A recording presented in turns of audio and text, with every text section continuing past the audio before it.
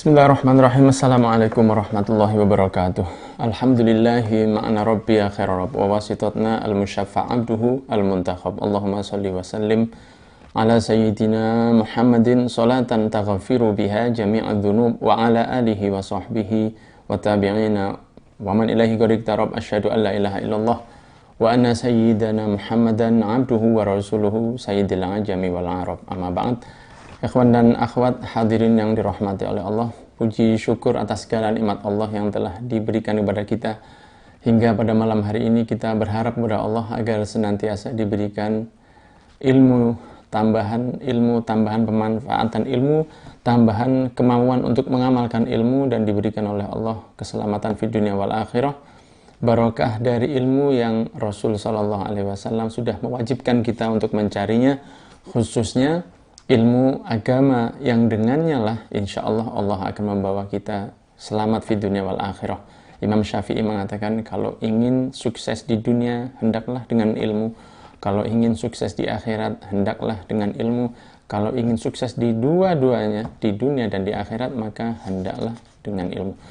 Ikhwan dan akhwat yang dirahmati oleh Allah, untuk hari Selasa dan hari Rabu seperti yang sudah kita lakukan beberapa hari terakhir, insya Allah kita akan membahas beberapa kajian tentang puasa yang saya ambilkan dari catatan saya sendiri dari buku Miracle of Puasa.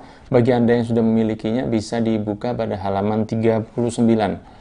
Setelah minggu lalu kita bahas bersama tentang hal-hal yang membatalkan puasa dan hal-hal yang membatalkan atau menghilangkan pahala-pahala puasa, seperti Nabi Muhammad SAW bersabda, qala Nabi sallallahu alaihi wasallam yuftirna as-shaim al-kadzib wal ghibah wan namimah wal yaminul kadzibah wan nadhar bisyahwah. 5 hal yang membuat seseorang batal pahala puasanya adalah berdusta, al-kadzib, kemudian al-ghibah, menggunjing orang lain, kemudian an-namimah, mengadu domba, kemudian juga al-yaminul kadzib, yaitu sumpah palsu menggunakan nama Allah, kemudian an-nadharu bisyahwah, pandangan dengan syahwat ke siapapun yang bukan mahramnya, diharamkan oleh Allah baik di bulan Ramadan atau di luar bulan Ramadan, akan tetapi dosanya di bulan Ramadan bisa berlipat ganda.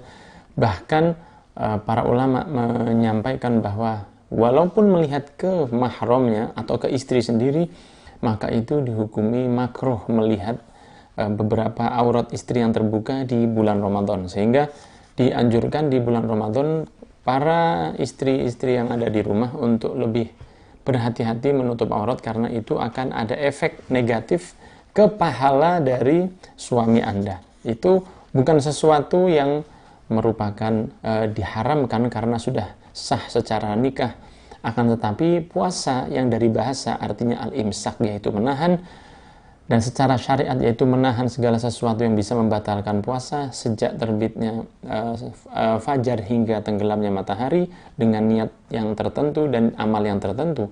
Maka di antara hal-hal yang bisa membuat kurang pahala dari puasa adalah seperti seseorang yang mencium harumnya masakan, atau seseorang yang juga melihat istri sendiri dengan ada syahwat, sehingga perlu dihati-hati agar kita mendapatkan pahala yang maksimal. Karena Rasul SAW juga bersabda, banyak dari umat yang berpuasa tidak mendapatkan apapun kecuali hanya lapar dan dahaga saja. Maka pada malam hari ini kita awali dengan sunnah-sunnah puasa. Kita harapkan agar kelak nanti insya Allah di puasa Ramadan tahun ini atau di sunnah puasa di hari yang lain seperti puasa Syawal, puasa Arafah, dan puasa yang lain bisa kita laksanakan sunnah-sunnah ini. Di antaranya adalah yang pertama, mengakhirkan makan sahur dan berhenti makan atau minum sebelum imsak sekitar 15 menit sebelum adzan subuh. Ikhwan dan akhwat yang dirahmati oleh Allah, Rasulullah SAW bersabda, tasaharu fa inna fi sahuri barakah. Bersahurlah kalian karena di dalam sahur itu ada berkah. Di dalam hadis yang lain Rasulullah SAW bersabda yang artinya bersahurlah walau hanya dengan seteguk air. Dan para ulama menyampaikan bahwa sahur maksud waktunya adalah di lebih dari setengah malam. Jadi kalau kita seperti yang ada di Indonesia, jika malam kita hitung sejak masuknya Isya sekitar jam 7 malam, maka sekitar jam 12 malam ke atas itu baru seseorang bisa dihitung bersahur. Akan tetapi kalau sebelum jam 12 malam itu bisa dikatakan sebagai buka yang chapter 2 atau buka yang kedua. Akan tetapi sahur itu tidak harus makan dalam jumlah yang besar. Tidak harus minum dalam liter yang banyak untuk kita masukkan ke dalam perut kita dengan harapan agar bisa bertahan selama 14 atau 13 jam dalam sehari. Ketahuilah bahwa bersahur itu ada banyak keutamaan. Yang pertama tentu saja melakukan perintah Nabi Muhammad SAW. Meski seseorang yang berpuasa tanpa sahur pun insya Allah akan diberi kekuatan oleh Allah. Akan tetapi bukan mengenai kuat atau tidaknya, akan tetapi bagaimana kita bisa mengikuti apa yang dibawa oleh sebaik-baik manusia yang telah dipilih oleh Allah, yaitu Nabi Muhammad SAW. Maka bersahurlah, kata Rasul, walau hanya dengan seteguk air. Maka yang lebih dari jam 12 malam hingga sebelum datangnya subuh sekitar 15 menit adzan subuh dikumandangkan, maka termasuk menyantap santapan sahur.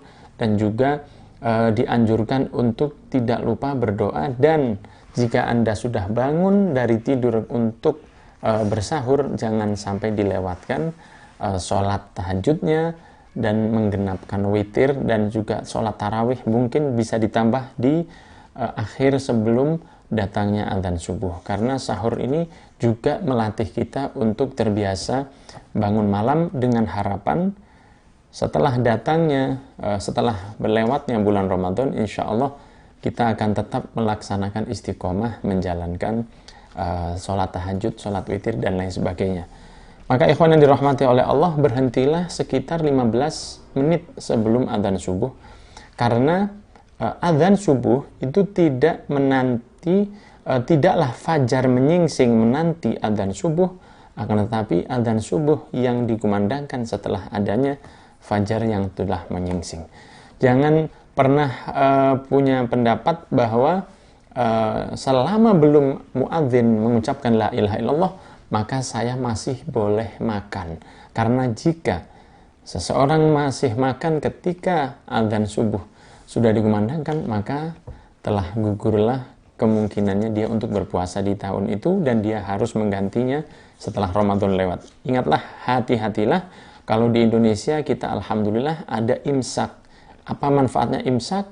Imsak manfaatnya memberitahu kepada warga sekitar agar kita lebih berhati-hati, dan imsak, jagalah, tahanlah semua makanan, minuman, obat-obatan, vitamin, dan lain sebagainya yang akan kita konsumsi untuk membuat puasa kita lebih baik, sebaiknya ditinggalkan ketika sudah mendengar imsak. Kemudian ikhwan yang dirahmati oleh Allah, di antara sunnah yang kedua adalah berbuka segera setelah mendengar adzan maghrib. Karena di antara keutamaan orang yang berpuasa adalah bersegera berbuka ketika mendengar adzan maghrib.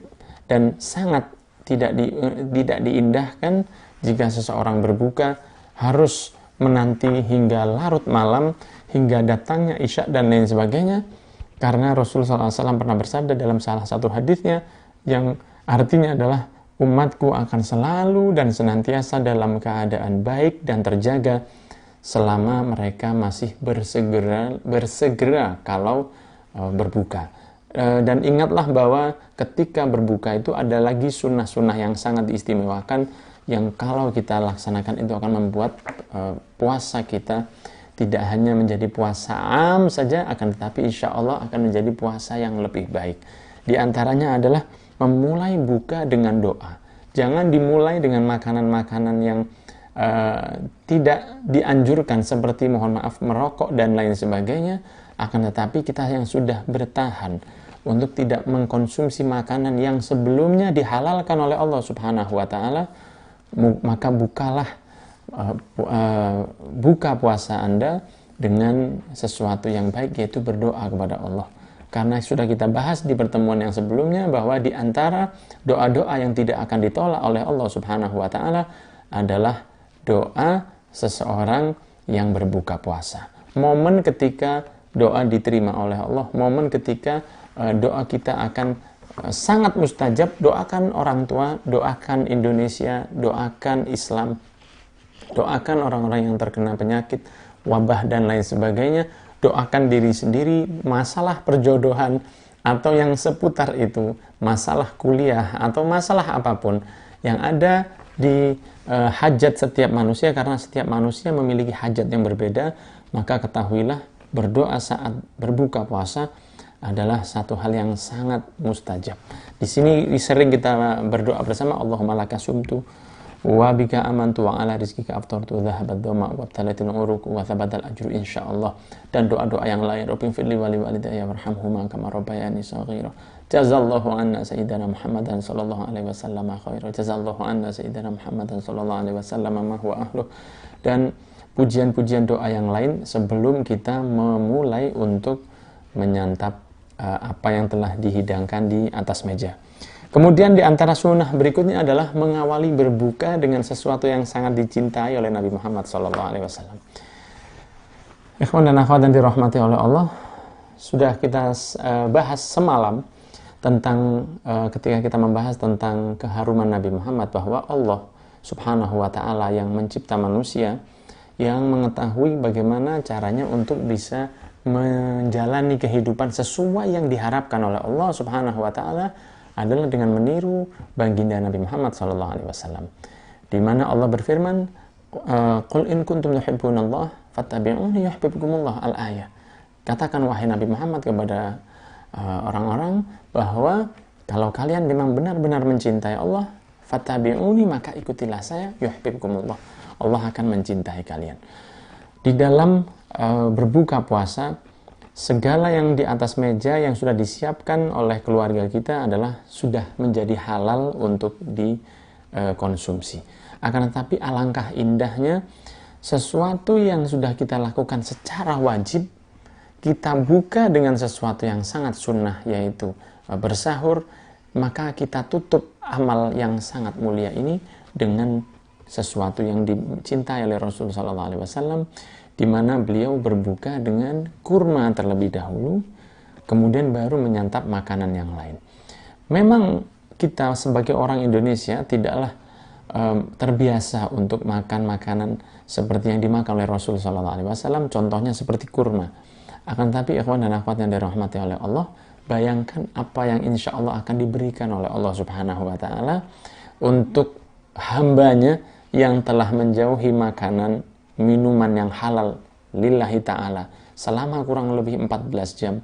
Kemudian ketika sudah dihalalkan oleh Allah semua makanan, yang dipilih adalah sesuatu yang pernah dipilih oleh Nabi Muhammad SAW 1400 tahun yang lalu, yaitu kurma. Ketahuilah bahwa mengkonsumsi kurma ketika berbuka, lebih-lebih di awal berbuka, maka kita telah melakukan sesuatu yang persis dengan apa yang telah dilakukan Nabi Muhammad SAW, tanpa harus perlu konsentrasi atau khusyuk yang berlebihan. Ketahuilah bahwa sholat seperti Rasul SAW itu adalah sesuatu yang sangat sulit untuk dilaksanakan. Di mana Rasul SAW jika sholat di malam hari untuk sholat tahajud, bengkak kaki beliau karena lamanya berdiri. Hingga Siti Aisyah radhiyallahu anha bertanya kepada Nabi Muhammad SAW, apa yang telah engkau lakukan ya Rasul? Bukankah engkau telah diampuni apa yang telah lewat dari apa yang telah engkau lakukan? Rasul SAW mengatakan, bukankah aku ingin untuk menjadi seorang hamba yang bersyukur kepada Allah? Sholat malam beliau hingga kaki beliau bengkak. Di dalam sholat beliau, Rasulullah SAW menangis ketika membaca ayat-ayat dari Allah Subhanahu wa Ta'ala hingga membasahi jenggot beliau yang mulia. Itulah sholat Nabi Muhammad SAW. Sabarnya Nabi Muhammad SAW tidak ada yang lebih sabar dari beliau. Baik untuk menghadapi sahabat-sahabatnya yang baru belajar Islam saat itu, atau ketika menghadapi orang-orang kafir yang sangat mengganggu, baik ketika masih ada di Mekah hingga Nabi Muhammad sudah hijrah ke Madinah. Dalam urusan sedekah, Rasul Shallallahu Alaihi Wasallam adalah yang terbaik, di mana beliau tidak ingin untuk menyisakan hartanya di malam hari. Satu ketika Rasul Shallallahu Alaihi Wasallam setelah sholat, kemudian setelah salam, beliau bergegas pulang tanpa membaca zikir bersama dengan para sahabat. Kemudian Nabi Muhammad pulang ke rumahnya, dan para sahabat pun mulai bingung karena melihat satu yang tidak biasa mereka lihat, yaitu Nabi Muhammad SAW tidak tenang bersama mereka ketika setelah melaksanakan sholat berjamaah. Mereka pun ada yang menangis karena takut akan ada azab yang menimpa, karena mungkin dari sahabat ada yang melakukan kesalahan. Mereka takut akan sesuatu yang datang dari Allah, ada sesuatu yang buruk untuk mereka. Maka mereka pun menangis, mereka pun merasa cemas akan apa yang dibawa Nabi Muhammad SAW. Ternyata tidak lama Nabi Muhammad SAW datang kembali bersama sahabatnya. Kemudian Nabi Muhammad mengatakan, bukankah kalian tadi mungkin bertanya-tanya apa yang saya lakukan sehingga saya harus bergegas pulang? Ketahuilah bahwa saya baru ingat di rumah saya masih ada uang. Subhanallah.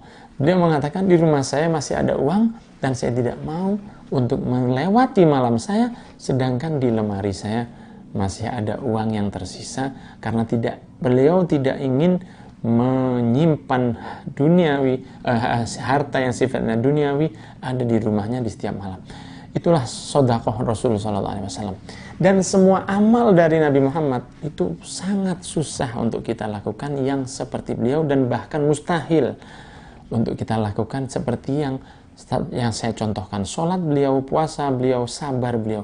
Akan tetapi ada beberapa amalan yang mudah kita laksanakan dan insya Allah sangat mendekati dengan apa yang telah dilakukan oleh Nabi Muhammad SAW, dan lebih enak lagi karena tidak perlu banyak khusyuk atau konsentrasi dalam melakukannya, yaitu seperti sunnah mengkonsumsi kurma ketika berbuka. Ketahuilah ketika kita mengkonsumsi kurma setelah mendengar azan dikumandangkan maghrib di bulan puasa, dan setelah kita berdoa, kemudian kurma yang kita konsumsi, maka kita telah melakukan sesuatu yang sangat mirip dengan apa yang dilakukan oleh Nabi Muhammad SAW, tanpa perlu khusyuk, tanpa perlu konsentrasi. Dan itulah satu cara yang sangat dianjurkan oleh para ulama untuk dilakukan ketika kita menjalani puasa. Dan Nabi Muhammad SAW karena beliau adalah uswatun hasanah, contoh yang universal yang akan cocok untuk orang dimanapun, di negara manapun, baik laki-laki atau perempuan, maka Rasul SAW juga mengkonsumsi air mineral ketika tidak ada kurma. Maka mungkin dari kita orang Indonesia yang tidak terbiasa berbuka dengan kurma, jangan awali dengan kolaknya atau dengan esnya, dengan nasi atau yang lain, akan tetapi awali dengan kurma atau awali dengan air mineral. Dan jangan diawali dengan sesuatu yang dimasak dengan api, karena itu adalah sesuatu yang tidak dijadikan sebagai bukanya Nabi Muhammad SAW. Ikhwan dan akhwat yang dirahmati oleh Allah, hal yang tampak ringan, hanya mengkonsumsi kurma atau minum air sebelum makanan yang lain, tampaknya adalah sesuatu yang sangat biasa, tampaknya sesuatu bukanlah amalan seperti berangkat haji atau yang lain. Akan tetapi ingatlah bahwa berbuka dengan kurma adalah sesuatu yang pernah dilakukan Rasul dan mudah kita laksanakan. Dan di sunnah-sunnah mubah yang lain seperti sunnah tidur, seperti Nabi Muhammad SAW, tidur adalah mubah. Akan tetapi jika kita mengikuti Rasul, maka sejak tidur hingga kita bangun di subuh atau sebelum subuh ditulis berpahala oleh Allah. Tidur pun bisa berpahala jika kita mengikuti Nabi Muhammad SAW. Makan pun jika kita mengikuti Rasul, walaupun notabene makan adalah hukumnya mubah, tapi jika kita niatkan dan kita membaca doa dan makan dengan tangan kanan dan diakhiri dengan hamdalah dan dengan cara yang telah dianjurkan oleh Nabi Muhammad, maka makan yang sifatnya mubah itu pun bisa berpahala. Inilah ada beberapa amal dengan mengikuti Rasul kita mendapatkan pahala yang sangat besar. Karena jika kita hanya mengandalkan perintah-perintah yang besar-besar saja, ketahuilah tidak ada satupun manusia yang bisa sholat sekhusyuk Rasul. Tidak ada seorang pun yang bisa mengaji Al-Quran, mengerti kandungan seperti Rasul, karena Al-Quran sudah diturunkan kepada beliau, maka perhatikan yang sangat dalam, ikhwan dan akhwat yang dirahmati oleh Allah. Kalau perlu siapkan mulai sekarang untuk membeli kurma dan lain sebagainya, 3 atau 5 atau 7 butir setiap berbuka puasa, atau juga ketika bersahur, maka itu adalah salah satu dari sunnah Rasul SAW yang semoga kita dimudahkan untuk melaksanakannya. Ikhwan dan akhwat yang dirahmati oleh Allah, di antara sunnah di bulan puasa adalah memperbanyak baca Al-Quran, di mana bulan Ramadan ini adalah bulan diturunkannya Al-Quran oleh Allah Subhanahu wa Ta'ala. Sehingga membaca Al-Quran di bulan Ramadan pahalanya berlipat ganda, lebih besar, lebih banyak dibanding di bulan-bulan yang lain. Di mana Sayyidina Ali bin Abi Thalib mengatakan, satu huruf dibaca di dalam Al-Quran ketika seseorang sedang sholat dalam keadaan berdiri, maka dia akan mendapatkan 100 pahala dari Allah jika dibaca Al-Quran dalam keadaan berdiri di dalam sholatnya. Jika dibaca Al-Quran di dalam sholat, ketika sholat, akan tetapi sholatnya dalam keadaan duduk, maka dalam sholat sunnah, lain lagi dengan orang-orang yang memang tidak mampu berdiri karena fisiknya kurang sehat. Akan tetapi jika ada seseorang yang menjalankan sholat sunnah dengan duduk dan itu diperbolehkan walaupun tidak diindahkan, maka seseorang yang sholat sunnah dalam keadaan duduk dan membaca ayat-ayat setelah Al-Fatihah, maka setiap hurufnya termasuk Al-Fatihahnya, setiap satu hurufnya diberi 50 pahala oleh Allah Subhanahu wa Ta'ala. Akan tetapi jika seseorang membacanya ketika di luar sholat dengan dalam keadaan berwudu, maka di setiap satu hurufnya diberi 25 pahala oleh Allah Subhanahu wa Ta'ala. Beda lagi dengan seseorang yang hafal kemudian dia tidak membacanya tanpa membawa wudhu, maka di setiap hurufnya dia mendapatkan 10 pahala. Bayangkan jika satu ayat seperti Bismillahirrahmanirrahim yang terdapat 19 huruf di dalamnya, jika dibaca di dalam sholat dalam keadaan berdiri, maka hanya dari Bismillahirrahmanirrahim kita mendapatkan 1900 pahala. Begitu pula jika dibaca dalam keadaan duduk, maka kita akan mendapatkan separuhnya, yaitu 950 pahala cukup hanya dengan Bismillahirrahmanirrahim, dan seterusnya. Maka ikhwan yang dirahmati oleh Allah, marilah kita membaca Al-Quran di setiap hari. Akan tetapi ketika datangnya bulan Ramadan, sunnah membaca Al-Quran ini marilah kita lebihkan lagi. Menghatamkan Al-Quran, kita hatamkan bagi diri kita sendiri, dan kita hatamkan juga bersama teman-teman, baik di masjid atau di musola atau di sebuah komunitas, baik langsung bertemu atau yang sering kita ketahui sekarang banyak komunitas yang menghatamkan Al-Quran dengan cara membaginya lewat sosial media, dan itu diperbolehkan. Dan jangan lupa untuk diakhiri dengan doa khutmul Quran yang juga diniatkan untuk keluarga-keluarga yang sudah meninggalkan kita. Sehingga ikhwan dan akhwat yang dirahmati oleh Allah, bulan Ramadan adalah bulannya Al-Quran. Marilah kita menambah porsi khataman kita yang ada di bulan suci Ramadan nanti ini. Dan ketahuilah bahwa hendaknya bahwa setiap muslim yang mendapati dirinya diberi panjang umur masuk di bulan Ramadan, minimal satu insan muslim atau muslimah hendaknya yang sudah bisa membaca Al-Quran untuk menghatamkan minimal 1 hataman dalam 1 bulan Ramadan. Dan itu bisa dicicil dengan setiap harinya 1 juz, maka insya Allah dalam 1 bulan akan selesai 30 juz. Kemudian juga dihatamkan bersama teman-teman yang lain. Ada seseorang yang bisa menghatamkan dalam 20 hari sekali. Ada seseorang yang bisa menghatamkannya 10 hari sekali. Ada yang bisa menghatamkannya 5 hari sekali. Ada yang bisa menghatamkannya sehari sekali. Bahkan ada yang bisa menghatamkannya 4 kali dalam sehari. Dan itu adalah di antara yang dilakukan oleh para aslafun as-solihun, yang semoga kita bisa meniru walaupun sekian persen dari apa yang telah mereka lakukan, dari kecintaan mereka kepada Al-Quran, yang itu menunjukkan betapa bersih hati-hati beliau semua. Kemudian ada lagi sunnah yang dianjurkan untuk dilakukan sebelum subuh, yaitu bagi yang sudah beristri atau yang mimpi basah di malam harinya, hendaknya untuk mandi junub sebelum datangnya dikumandangkan azan subuh. Akan tetapi bila setelah dikumandangkan azan subuh seseorang belum juga mandi junub, maka hal itu diperbolehkan dalam agama, tidak diwajibkan untuk mandi sebelum azan subuh, akan tetapi disunnahkan untuk mandi sebelum azan subuh agar kita memasuki awal dari puasa di hari tersebut dalam keadaan yang sudah bersih dari hadas kecil atau hadas yang diwajibkan untuk kita hilangkan. Kemudian ikhwan dan akhwat yang dirahmati oleh Allah, memang disunnahkan untuk sebelum subuh, akan tetapi jangan lupa kalau sebelum sholat subuh wajib untuk mandi, karena terkadang bisa jadi seseorang yang merasa bahwa masuk hari di bulan Ramadan tidak harus dalam keadaan bersih dari junub. Nah, ini lupa sampai sholat subuh pun dilakukan dan mandinya baru setelah melaksanakan sholat subuh, maka ini adalah sholatnya tidak sah.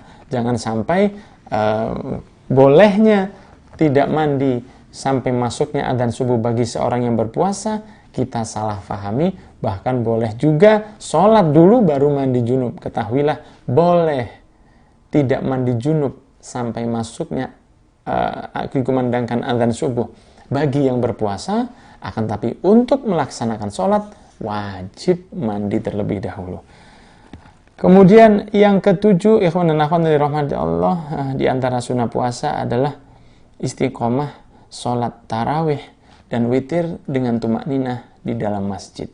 Ini adalah salah satu khususiyah yang diberikan oleh Allah kepada umat Nabi Muhammad SAW ketika menjalankan puasa di bulan Ramadan, di mana di malam hari kita isi masjid dan musola dengan sholat tarawih yang ada di masjid dan musola.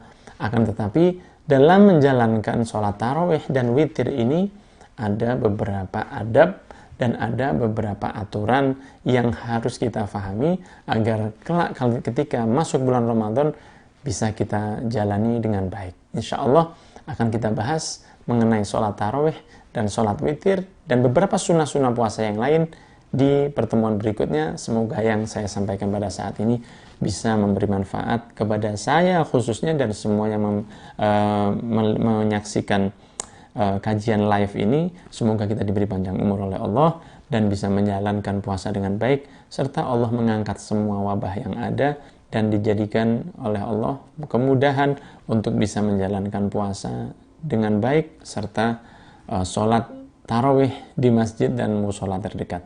Barakallahu fikum, semoga bermanfaat. Wassalamualaikum warahmatullahi wabarakatuh.